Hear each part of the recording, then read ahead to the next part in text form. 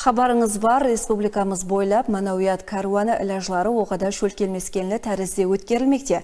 Мақсет өсіпке атырған жас әулетлардың санасын, рухиятын беккемлеуге қаратылғанлығы менен ахметлі. Рухи ағартушылық топарынан әбарат мейманлардың нәубеттегі мәнзілі Тахиатас районы болды.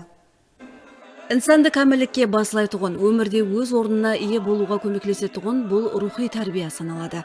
Манауи жақтан жетік инсанға айлану үшін не істеуіміз керек? Бұған кең жайметшілік қалай көмеклесе алады деген сорау өткерілген іләжда тикарғы додалауда болды.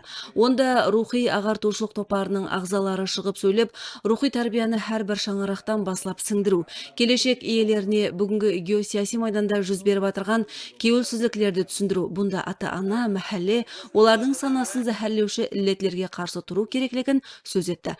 Хақиқатында да шаңырақта қолына телефон алған бала бар екен, ол үшін шекара болмайды. Түрлі информациялардың тәсіріне түседі.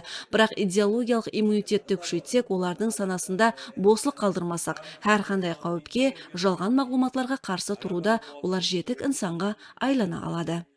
Ma'naviyat, ma'rifat degan tushuncha bu shunday muhim tushuncha ekanki, har bir xalqning o'zligi, qalbi, qiyofati shu orqali namoyon bo'lishiga yana bir karra mana amin bo'ldim.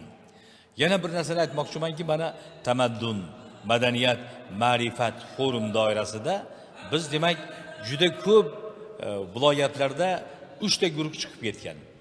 Bizlarning guruh esa aynan Qoraqalpog'iston Respublikasi bilan Xorazmga biriktirildi. Biz 2 kundan buyon mana juda boshqacha bir kayfiyat bilan yuribmiz. Xalqimizni ziyolilar qatlami bilan bevosita uchrashib, ularni ongi, shuuri, ularni bilimiga yanada bilim qo'shish va bugungi kunda olib borilayotgan siyosat va islohotlarning mazmun mohiyatini xalqning qalbiga sodda, ravon tushuntira olish maqsadi bilan chiqqanmiz.